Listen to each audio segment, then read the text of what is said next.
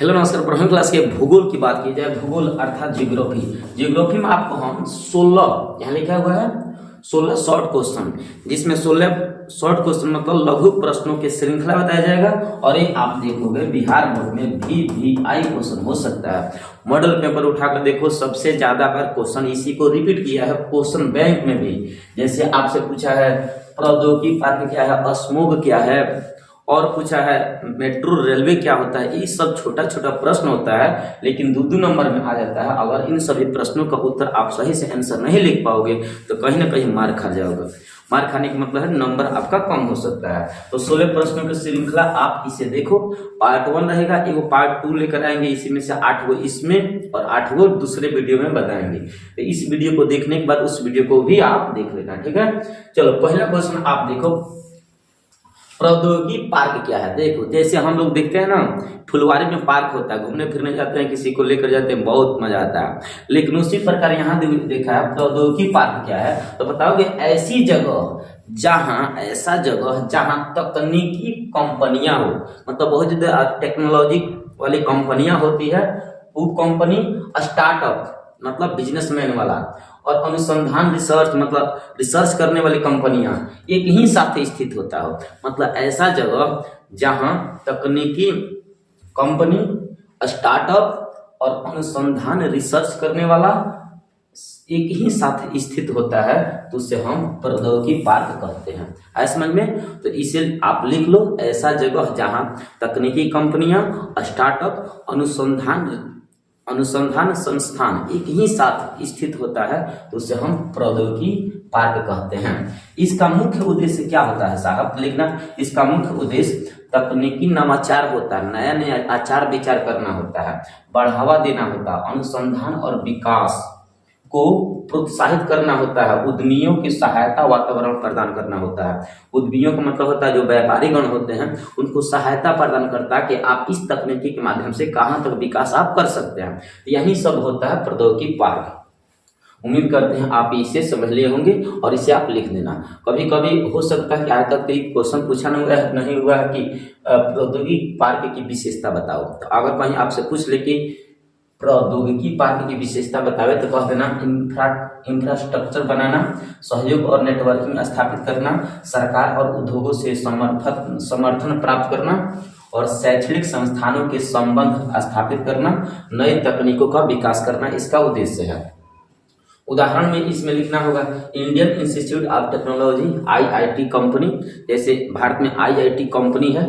इसके बाद हैदराबाद के HIT, हैदराबाद का हाईटेक सिटी, बेंगलुरु के इलेक्ट्रॉनिक सिटी, ये सब मतलब विज्ञान प्रौद्योगिकी वाला स्थान है, ठीक है। इसमें क्या करना, आप केवल परिभाषा लिख दो, क्योंकि बिहार बोर्ड में केवल परिभाषा पूछता है और उदाहरण बोलता है। तो हैदराबाद बता देना और बेंगलुरु बता देना, 2 को बता देना, काम हो जाएगा, ठीक है। चलो दूसरा क्वेश्चन देखो, मेट्रो रेलवे क्या होता है। मेट्रो रेलवे, हेलो ध्यान दो, मेट्रो रेलवे क्या होता है, रेल से संबंधित है। 1853 में सबसे पहले रेल का स्थापना किया गया था बिहार में, भारत में। मेट्रो रेल क्या है तो कहोगे एक मेट्रो रेलवे एक शहर परिवहन प्रणाली होता है। मेट्रो रेलवे एक शहर प्रणाली, एक परिवहन प्रणाली होता है जो मुख्य रूप से भीड़ भाड़ वाली शहरी इलाकों में तेज, सुविधाजनक और सुरक्षित यात्रा की सुविधा प्रदान करती है।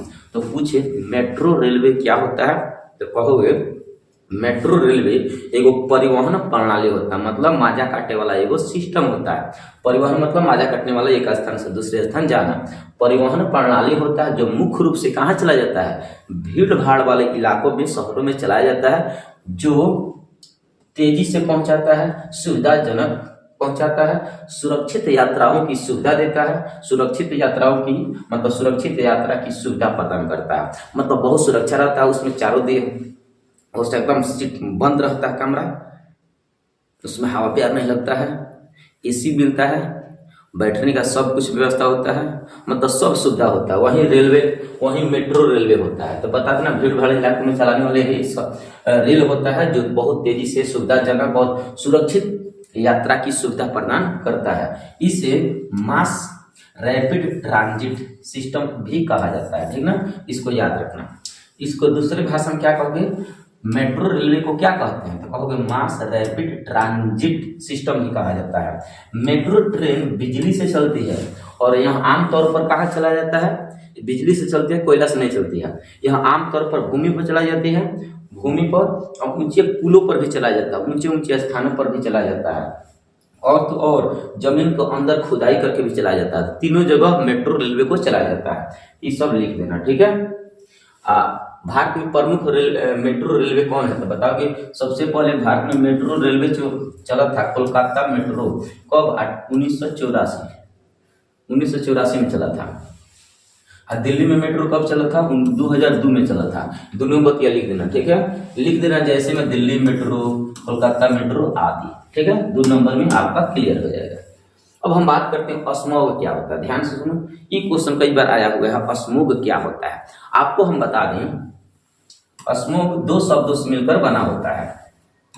अस्मोग अर्थात धुआं और फॉग मतलब कोहरा, ठीक है, से बना हुआ है। तो अस्मोग अंग्रेजी के 2 शब्द, अस्मोग पोस्ट में धुआं, अफोग और हिंदी में कोहरा के संयोजन से या मिलकर बना होता है। संयोजन मतलब होता है मिलकर बना होता है। अब अस्मोग देखो, अस्मो, इसमें के ई साइलेंट हो गया, यहाँ हो गया, यहाँ देखोगे यहाँ केवल एफओ साइलेंट हो जाता है, इसमें जी जुट जाता है, इसी कहते हैं अस्मोग। तो अस्मो अर्थात धुआं और जी फॉर कोहरा, जी मतलब फॉग, तो मतलब अस्मोग और फॉग, अस्मोग और फॉग से मिलकर अस्मोग बना हुआ है, ठीक है। इसका तो शब्द बताएगा 2 शब्दों से, अंग्रेजी के 2 शब्दों से मिलकर बना होता है। आगे लिखोगे, यहाँ से परिभाषा आपका होगा, वायु प्रदूषण का ऐसा रूप, मतलब अस्मोग क्या है, एक प्रकार के वायु प्रदूषण का रूप होता है।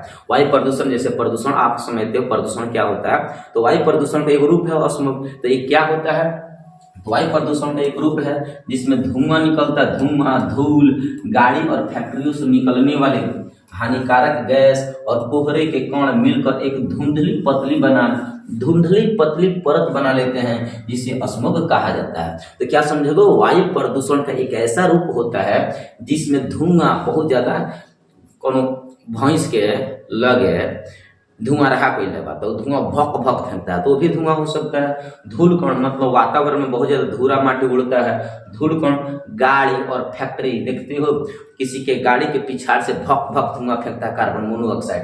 तो गाड़ी हो गया, फैक्ट्री हो गया, फैक्ट्री से निकलने वाले हानिकारक गैस हो गया, कोहरा मतलब कुहासा के कण हो गया, इस सब मिलकर एक धुंधली पतली परत बना लेता है, जिसे हम क्या कहते हैं, अस्मोग कहते हैं। अब हम उम्मीद करते हैं अस्मोग की परिभाषा सीख लिया। अब अस्मोग क्यों होता है, तो अस्मोग के कुछ कारण है, लेकिन परीक्षा में उतना ही बताना जितना परिभाषा में बताया गया है बताना। और अस्मोग के कारण पहला है वाहनों से उत्सर्जन, गैस, फैक्ट्री और बिजली संयंत्रों से प्रदूषण फैलना, कोयला और लकड़ी का जलाना, पराली जलाना, पराली मतलब होता है कौन अन्य पदार्थ जहरीला, वो भी हो सकता है। मौसम संबंधी परिस्थितियां, मतलब ठंडा होगा तो ठंडा में बहुत देखते हो बहुत ज्यादा कुहासा आता है, वो कुहासा भी यहाँ मेन भूमिका निभाता है। अगला प्रश्न आपसे पूछेगा, कोको से आप क्या समझते हैं। कोको, देखो कोको एक ऐसा पदार्थ होता है जो कोकोआ बीज, कोकोआ एक प्रकार के बीज होता है, बीज या कोकोआ बीज से प्राप्त होता है। कोको क्या होता है, तो कोकोआ एक प्रकार से ऐसा पदार्थ होता है जो कोकोआ बीजों से प्राप्त किया जाता है। कोकोआ बीज थियोब्रोमा कोको नामक पेड़ के फल से निकलता है। कोकोआ बीज कहाँ से निकलता है, वो पेड़ है, उस पेड़ से एक कोकोआ बीज निकलता है, उस पेड़ के नाम है थियोब्रोमा कोको। थियोब्रोमा कोको नामक पेड़ से फल निकलता है। इसे मुख्यतः चॉकलेट, कोको पाउडर और चॉकलेट पेय पदार्थों के निर्माण में प्रयोग किया जाता है। तो कोको क्या है, एक प्रकार के ऐसा पदार्थ होता है जो कोकोआ नामक बीज से निकाला जाता है। कोकोआ नामक बीज थियोब्रोमा कोको नामक फल से निकलता है। बीजवा कहाँ निकलता है, तो फल से, कामना फल से बाबू, तो थियोब्रोमा नामक पेड़ के फल से निकलता है। इस बात को आप याद रखना, हो जाएगा 2 नंबर। जल प्रबंधन क्या होता है, देखो आप, जल प्रबंधन कोई लंबा कंसेप्ट नहीं है, बहुत बड़ा कंसेप्ट नहीं है, छोटा है। देखो कैसे, ऐसी प्रक्रिया जो प्राकृतिक संसाधनों विशेष रूप से जल, मिट्टी, वनस्पति को सुरक्षित और प्रबंधित करने पर केंद्रित करती हो, उसे जल संभर प्रबंधन कहते हैं। मतलब ऐसा प्रक्रिया होता है जिसमें जल को सुरक्षित करना पड़ता है, मिट्टी को सुरक्षित करना पड़ता है और बोलो और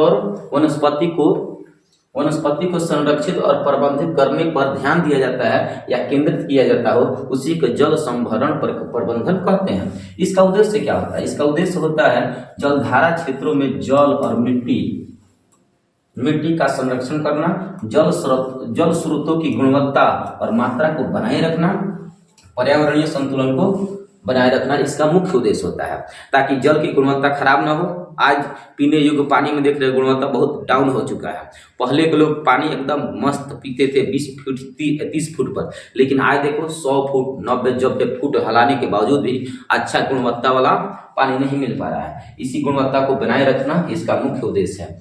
आगे देखोगे जल संभरण प्रबंधन का उद्देश्य पूछा जाए तो लाइन बाय लाइन लिख सकते हो। अगर 5 नंबर में क्वेश्चन आए तो, हालांकि मॉडल पेपर में 2 नंबर का दिया है तो इतना तक लिखोगे। अब 5 नंबर में देगा तो ये सब लिख दोगे। ये पीडीएफ हम डाल देंगे ग्रुप में, जाकर वहां से लिख लेना, या फिर यहाँ भी लिख सकते हो। पहला प्रबंधन का उद्देश्य जल संरक्षण करना, मिट्टी संरक्षण करना, पानी की गुणवत्ता का सुधार करना, भूमिगत जल स्तर बढ़ाना, खेती और उत्पादन में सुधार लाना। ये सब क्या है? उद्देश्य है। उद्देश्य के आगे कुछ डिस्कस किया गया है, पर्यावरण संरक्षण करना, और ये डिस्कस भी करवा सकते हो। नोएडा और बरौनी का महत्व बताएं। ये क्वेश्चन आपसे पूछेगा 2 नंबर में। नोएडा जो उत्तर प्रदेश में पड़ता है और बरौनी जो बिहार में पड़ता है, इन दोनों का महत्व हमें बताना होगा। महत्व कैसे बताओगे? सुनो, सबसे पहले हम नोएडा की बात करते हैं। किसका बात करते हैं? नोएडा का। तो नोएडा का महत्व ये है, उत्तर प्रदेश में स्थित एक प्रमुख औद्योगिक और वाणिज्यिक शहर है। सबसे पहले बता देना नोएडा क्या है, तो कहोगे उत्तर प्रदेश के औद्योगिक मतलब उद्योग धंधा वाला, औद्योगिक और वाणिज्यिक मतलब व्यापार करने वाला एक शहर है जो दिल्ली एनसीआर मतलब राष्ट्रीय राजधानी क्षेत्र का हिस्सा है। मतलब नोएडा देखोगे ना तो दिल्ली के आसपास होता है, एनसीआर उसे कहते हैं। एनसीआर नेशनल कैपिटल एरिया का हिस्सा होता है। इसे 1976 में औद्योगिक विकास के लिए स्थापित किया गया था। नोएडा का स्थापना कब हुआ था? 1976 में। इसका महत्व निम्न है। पहला महत्व है औद्योगिक और वाणिज्यिक हब है, मतलब केंद्र है। शिक्षा और अनुसंधान का केंद्र है। आवासीय और शहरी विकास हो रहा है। परिवहन और टेक्नोलॉजी का केंद्र है। ये सब लिखोगे इसका महत्व इन सभी चीजों में देखा जा रहा है नोएडा का।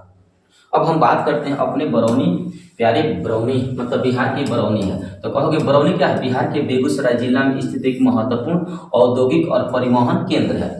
तो बरौनी कहाँ है? बिहार के बेगूसराय जिला के एक प्रमुख औद्योगिक मतलब उद्योग धंधा वाला और परिवहन वाला केंद्र है। अपनी औद्योगिक इकाई और तेल रिफाइनरी के लिए प्रसिद्ध है। तेल रिफाइनरी ये बिहार में एकमात्र है। बरौनी एक बिहार का मात्र तेल रिफाइनरी प्रसिद्ध केंद्र बना हुआ है। इसका महत्व निम्न है। पहला औद्योगिक केंद्र है, दूसरा ऊर्जा का उत्पादन करता है, तीसरा कृषि और उर्वरक आपूर्ति करता है, आर्थिक योगदान बिहार को बढ़ाता है। तो ये आपका हो गया बरौनी के महत्व। अब हम बेंगलुरु भारत के सिलिकॉन सिटी क्यों है? आपसे 2 नंबर में क्वेश्चन पूछेगा बेंगलुरु को भारत के सिलिकॉन सिटी क्यों कहा जाता है? तो क्वेश्चन का आंसर बताओगे। बेंगलुरु को भारत का सिलिकॉन सिटी इसलिए कहा जाता है क्योंकि यह देश का सबसे बड़ा आईटी हब है और तकनीकी नवाचार का केंद्र है। आईटी हब का मतलब इंफॉर्मेशन टेक्नोलॉजी हब। इंफॉर्मेशन मतलब सूचना का आदान प्रदान जो करता है ना, जैसे इसरो हो गया, जैसे संदेश का आदान प्रदान करने वाला जो भी कंपनियां होती है उस कंपनी का हब है। बहुत ज्यादा वहां बहुत ज्यादा विकास हुआ है। तो आईटी कंपनी का हब है और तकनीकी का नया आचार विचार करता है, तकनीकी नवाचार का केंद्र है। यह नाम सिलिकॉन वैली कैलिफोर्निया से प्रेरित है, जो विश्व का सबसे प्रमुख तकनीकी और नवाचार केंद्र है। मतलब अमेरिका में जाओगे तो अमेरिका में एगो कैलिफोर्निया नामक जगह है, कैलिफोर्निया नामक सिटी है। उस सिटी को सिलिकॉन वैली सिलिकॉन सिटी कहा जाता है। कैलिफोर्निया को सबसे पहले सिलिकॉन सिटी कहा जाता है। तो जिस प्रकार अमेरिका के कैलिफोर्निया को सिलिकॉन सिटी कहा गया है, ठीक उसी प्रकार भारत के बेंगलुरु को कहा गया। क्यों? क्योंकि जिस प्रकार सिलिकॉन मतलब कैलिफोर्निया में आईटी कंपनी है और नया आचार विचार तकनीकी का केंद्र बना हुआ, उसी प्रकार हमारे भारत के बेंगलुरु में है। इसका कारण भी निम्न में आप देख सकते हो। इसका कारण क्यों है, मतलब बेंगलुरु को सिलिकॉन सिटी कहने के कारण क्या है? पहला है आईटी उद्योग का हब है, केंद्र है, स्टार्टअप का हब है, उच्च शिक्षण और अनुसंधान का केंद्र बना हुआ है। 3 गो हुआ। चौथा बताना सॉफ्टवेयर और हार्डवेयर उत्पादन बहुत ज्यादा होता है, अनुकूल वातावरण और इंफ्रास्ट्रक्चर होता है, नवाचार और अनुसंधान का केंद्र बना हुआ है, इसलिए बेंगलुरु को सिलिकॉन सिटी कहा जाता है। 3 को कारण बता देना, मेन कारण ऊपर लिख दिया गया है, ठीक है। उसमें से जो आपको अच्छा लगे कारण वो आप लिख लो। 8वां है, इस वीडियो का 8वां है, और एक पार्ट और में आएगा लास्ट में, वो 8 को उसमें होगा। इसमें लिखा है प्रशासनिक नगर किसे कहते हैं। देखो प्रशासनिक नगर वो होता है जहां सरकार अपने शासन प्रशासन को चलाती है। ऐसा नगर जो विशेष रूप से सरकारी शासन राजनीतिक गतिविधि को संचालन के लिए विकसित किए जाते हैं, उसे हम प्रशासनिक नगर कहते हैं। मतलब जहां शासन प्रशासन रहकर सरकार चलाती है ना, उस नगर को प्रशासनिक नगर कहते हैं। इन नगरों में प्रमुख सरकारी कार्यालय होता है, मंत्रालय होता है और अधिकारियों का आवास होता है। जैसे आप देख सकते हो नई दिल्ली, चंडीगढ़, भोपाल। तो ये रहा आपका 8 प्रश्न। ओके, उम्मीद करते हैं। देखो सबसे पहले इन सभी प्रश्नों को आप लिख लोगे तो कहीं ना कहीं याद आ जाएगा कि कौन कौन क्वेश्चन हमें आता है, कौन कौन क्वेश्चन नहीं आता। Okay, thank you.